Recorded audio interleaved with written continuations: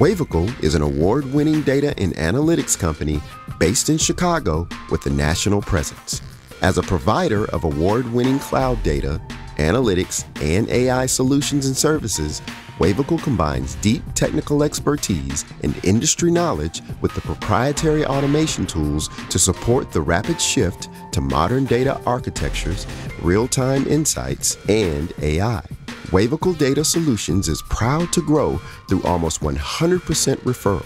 With solid delivery reputability, proudly leveraging the ability to meet clients where they are to unlock the power of data. Wavical Data Solutions. Hello, and welcome to Tag Data Talk. With us today, we have Andy Flatt, Senior Vice President and CIO of National Healthcare Corporation. Welcome to Tag Data Talk. Thank you. Great to be with you. Thank you. We're talking today about riding the silver tsunami, leveraging AI and innovation to modernize systems and close the gap in senior healthcare. Like, who would not care about this topic? What a relevant topic. That's a mouthful right there. It is. But, you hear so many negative things about AI, and it's good to hear something positive about how it's helping people. So let's start off with a quick background. Tell us, why are you so cool? I don't know that I'm cool. I think I'm old. I've been in technology and healthcare all here in the Middle Tennessee area this is my 41st year. Wow. And I've been on every side of healthcare, from acute to payer to services, and now in this senior care or post-acute care world. Nice. For the last 9 years. Now, Andy, we call that seasoned. Okay, I like that much better. Seasoned. Seasoned. Yeah. What did you do before? I've been CIO now for 26 years. Amazing. I tell people I know less about how to be a good CIO in the 25th year than I thought I knew in the first, because there's so much to continue to learn. The more you learn, the more you know that you don't know. And that's right. Yeah. I started out as we called them programmers back then, and then it got fancy and somebody said software engineer, so I like that better. So I was a software engineer. Nice. Okay. Well, good to see a software engineer rise up through the ranks. Very nice. And we are talking about this subject of the silver tsunami. Now, what do we even mean by that? What is that? Is this a population thing? Help us get some background. Yeah, I think if you look at, the number of folks that are turning 65 years old is about 10,000 a day. Wow. In the U.S. Uh-huh.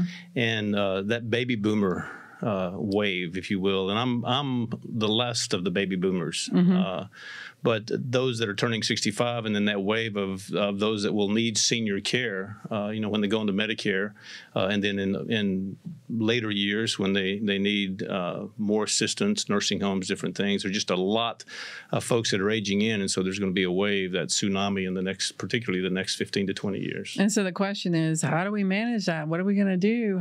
Especially, isn't there a shortage post-COVID from workers? Yes. Is that still a thing? That is a thing. I was looking today. The stats are in the nursing home industry, we're still about 45 to 50,000 workers short of where we were going into the pandemic. Is that right?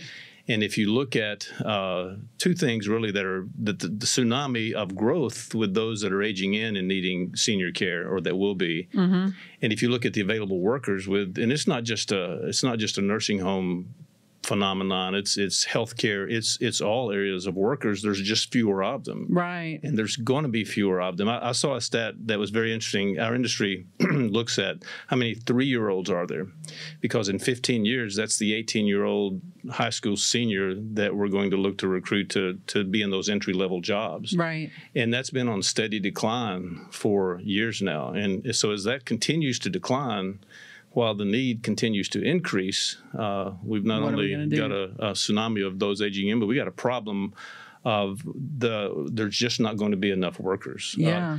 So another stat today that said we're going to need in nursing home care, we're going to need about 1.2 million more workers in the next 20-something years. Incredible. We're already 50,000 short, so they're just not going to be there. That's funny. You think about birth rate all the time, but you don't think about it in relation to senior care. You think about it, Exactly. like Carter's, the clothing company, they used to be a client of mine, and they always talk about birth rate. And it's because they're looking at the trends of what kind of clothes they're going to need and what kind of volumes they're going to need in the forecasting.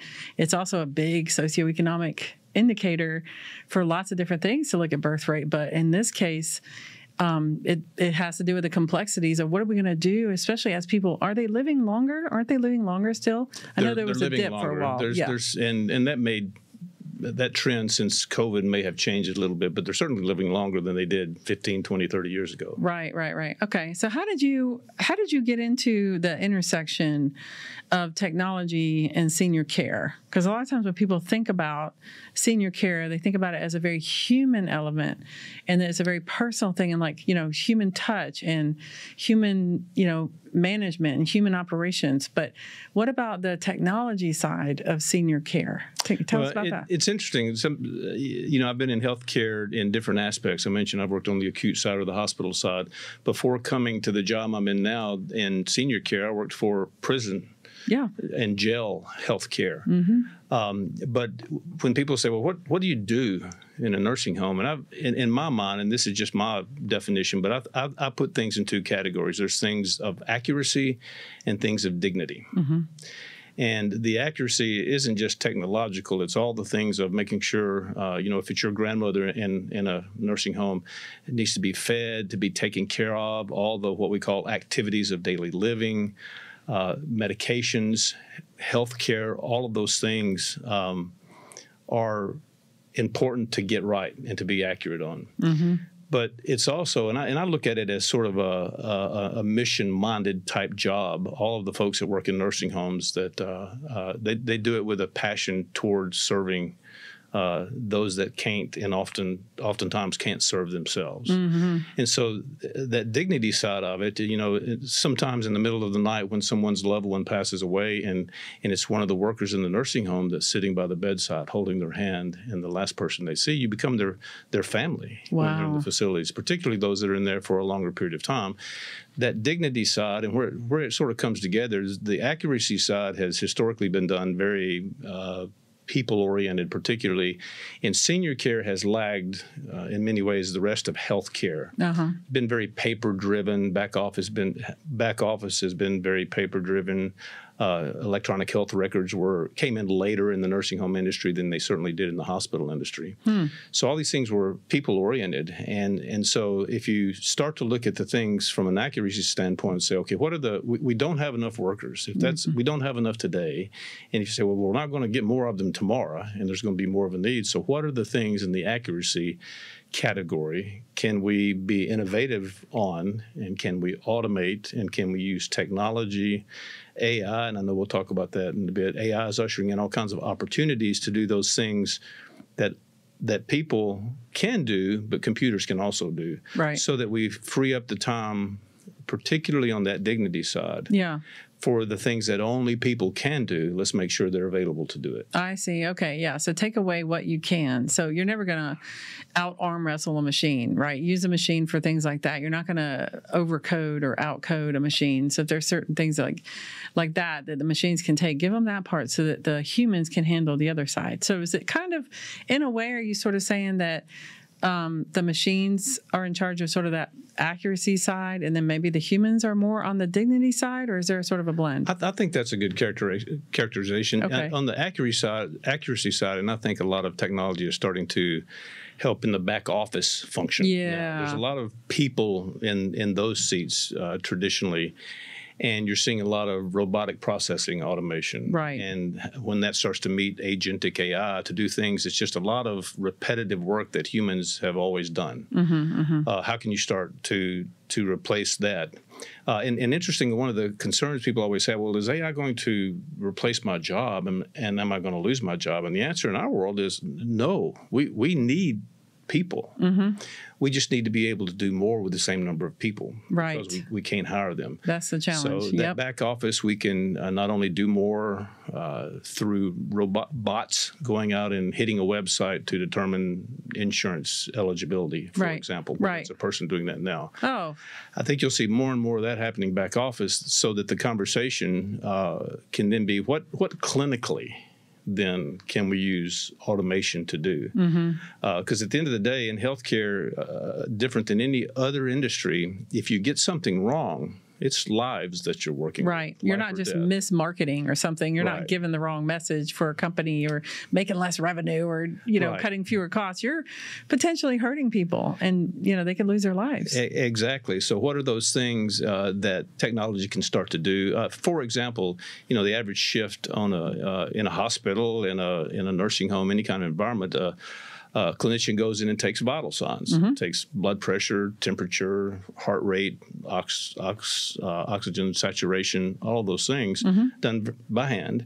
You then turn around and in past days, you'd write that in a physical paper chart. Well, now you may write it down on a note so that when you get back to the nurse's station, you can put it in the health record, or you may be traveling around with a tablet room to room where you can do it at the point of care, which Right. is even better. Right.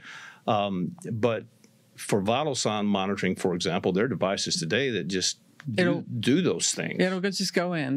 Whatever the number was Right. will go in. Yeah, and that's it's a perfect. device that measures those things. And I hear we're getting close to being able to do contactless blood pressure monitoring. Oh, how about that? But all those other things, a little smoke detector looking sensor that can sit in the ceiling and measure all those things, continuously feed it into the health record. So two things there. You're not only having the human not having to do that, but you've got a lot more data points feeding into that record rather than just once or twice a shift. Yeah. It's funny because you were talking earlier about the care level and the type of care that someone gets or the volume that they get.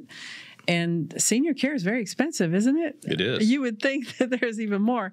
And another thing that you mentioned that made me think about it is a lot of times when I go to the doctor, not that I go very often, I probably don't go as much as I should, but when I go, their face is looking not at me, but where is it looking? Like at a pad or a laptop. It's looking somewhere else.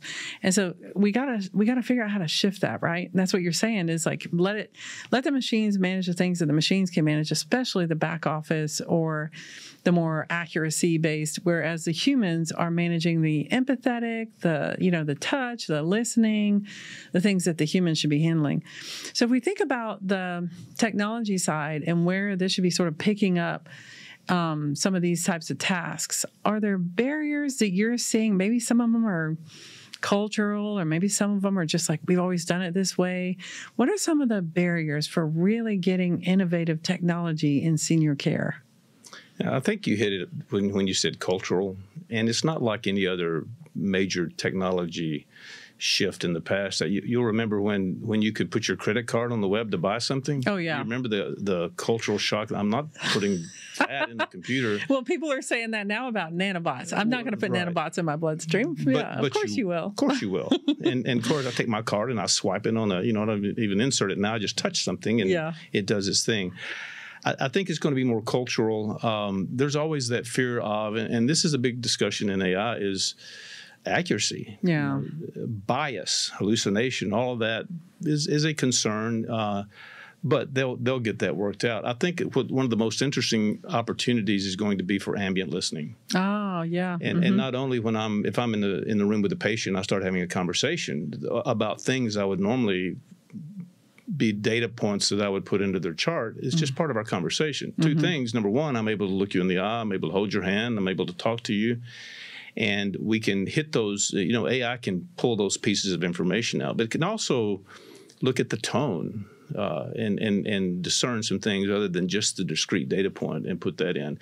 I think that's going to be a great thing, but you can imagine any of us, is that thing listening to me? Because aren't there some conversations you're not? Please don't take this as a data point. I know when I was a professor, there were some conversations that I had with students that weren't really informative, and they were deliberately not informative to form that trust and that relationship with them. And I didn't really want them to be a data point. But at the same time, if AI is always listening, and if you're, it's taking in everything, it's assuming that every single thing that you talk about is important. It's going to be hard for us to maybe distinguish that unless there's some way to say like, hey, listen, this was just me talking to the customer, to the patient. We got to figure those things out. And I think eventually that the AI will filter out those things that are not important. But in the end, with all of this, the human's still responsible for reviewing and approving. The end. Yeah, Yes. the end. Exactly. And taking out what should not be there. Well, and there is a lot of skepticism, especially, if you're dealing with elderly care, there's a whole lot of emotion that goes around the care. And, you've not just got the patient, now you've got the whole family. You've got like adult children that are surrounding this person and potentially siblings. How do we balance, making sure that we're still delivering empathetic and trusting care with this technology innovation? Like, hey, we're going to come in, we're going to use AI. How do we make that balance? I think it's a matter of education and easing into it with the right pace, like any other technology change. You're right. You hit on a point in senior care, and here's one of the big things that's changed just generally. If you take the Depression era senior from a few decades ago, they were basically just compliant and did what they were told. You go here, you do this hospital, you go to this nursing home. And now it's a very consumer-oriented. Now that you've got access to information, but more importantly, in senior care, you're a family. So if I have an 85-year-old father, if I'm looking for, I'm generally going to be responsible for his health care in those types of environments. So I'm part of the decision maker. So you're not only working with the patient in this case, but you're working with their family. You're working with those that make the decisions for them. And it's going to be much more of a consumer-driven thing. We joke sometimes. Some people pick a nursing home by the channel lineup on the TV as much as they do by the star ratings on nursinghomecompare.gov. Because there's just a lot of things that are important and that are consumer-driven that weren't always. And what's interesting, I used to work for utility companies. And do you know what we call a customer in the utility world? We call them a ratepayer. We used to call them a ratepayer, and then deregulation hit. Now they're customers. I've started noticing that it's not just patients. They're called consumers and customers again. Do you think that there's a shift as far as, that's concerned, that it's not just patients anymore? Yeah, I think you'll hear the word patient. I've often referred to a patient that's in one of the facilities. They might be a resident. A resident. As you get into senior care, it can be anything from somebody my age saying, I don't want to mow the grass anymore. I sort of like independent living and apartment living, but then over time in the future, I may need some assistance. Right. So I go into an assisted living, which somebody may drop into, give me my meds or, help me out.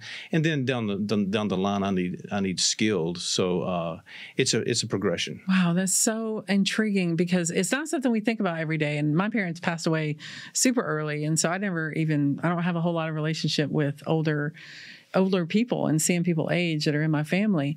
But so it's not something I think about on a regular basis, but thinking about things like, encouraging them to take their medicine. Imagine a robot rolling up and saying like, okay, it's time to take your medicine, as opposed to a person who's there that's empathizing, that's explaining, that, can deliver. So how do you choose the right places, the right use cases? Maybe if you could just pick like one or two. And you talked a little bit about, some of the back office. How would you go about choosing the right places to leverage AI systems? Well, I think in the beginning that back office is a better proving ground to do some things, because if you get a few things wrong, you tweak them and you move on. So then you iron out all those wrinkles before you move into patient care. I think that RPA piece, I've seen companies that are looking now, just the simplest of things that they need to have robots just go out and do things. Well, then it's now when the question comes back, the person's going to have to stop and make the decision and send it on its way. Well, that's where the agentic AI will start to come in. Can it start to get smarter and make more decisions for me? I think you'll see a lot of that in marketing, in call centers, in actually communicating with families. There will be things where it can help answer questions and then put a human on the line or on the chat when the bot can't answer the question. It'll be interesting to see it. A lot of times the other side will not know it's a human versus a bot because it's getting that good. Yeah, that's interesting. So thinking about where to use, one of the things that you had mentioned was the barrier of culture.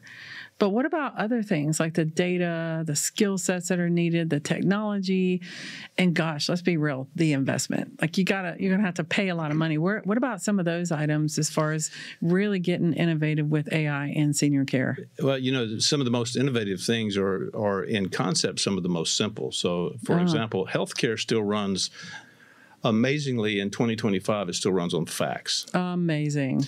And a hospital may send a patient to a nursing home facility and send their chart gets sent often. It could be a 10-page fax. It could be a 200-page fax.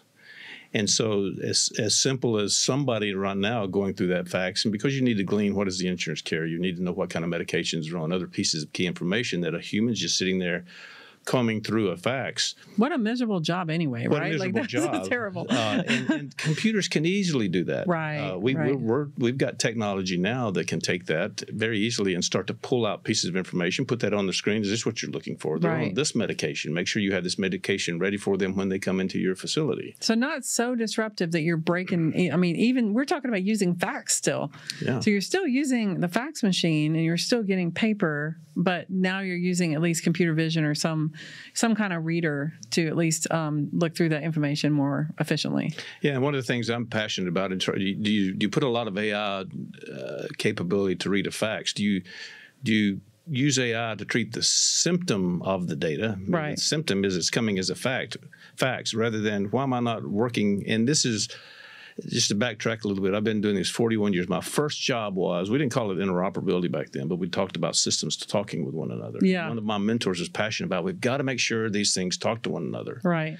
And 41 years later, one of the number one problems is interoperability. So why do we have fax? Right. Why do we even allow fax, much less try to fix the problem by making faxes a lot better? Yes. Yeah, that's interesting. So if you were to give one piece of advice for the healthcare leaders that are having to navigate this crazy change with AI, but in a super sensitive area, especially given that there's a silver tsunami. I mean, there's three big things happening right now. You know, the growth of AI and the promise of it, the silver tsunami and the aging population, and the need for senior care. And then on top of that, with it being such a sensitive thing where empathy is just paramount to the care, what one piece of advice could you give to someone who's trying to figure out how to navigate that or to help in this area? Wow, that's a great question because there's so many things that are going on at the same time, so many plates that are spinning. It seems like it's more and more. That's tough. The one thing that I would encourage all participants in healthcare at every angle, certainly in our post-acute side of the house, is at the end of the day, don't forget the patient. Oh, I love that. It's all about the patient. And the reason we all need to work together in all areas is because that single patient could be in someone's hospital. They may be in a nursing home. They may go back to the hospital. They may go to assisted living. They may go to home care, hospice, any of those areas.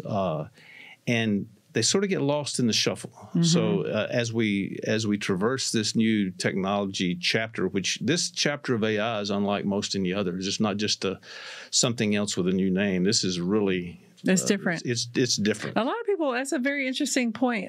Several people I've heard say, "Oh, well, we all thought the world was going to fall apart when autocorrect or spell check, or we all thought the calculator." But I agree with you. I think it's not like that. I think this is different, especially with agentic and generative AI. Those are unique. Oh, and particularly when imaging now, there's so many use cases where you're going to always have that human approving whatever technology produces.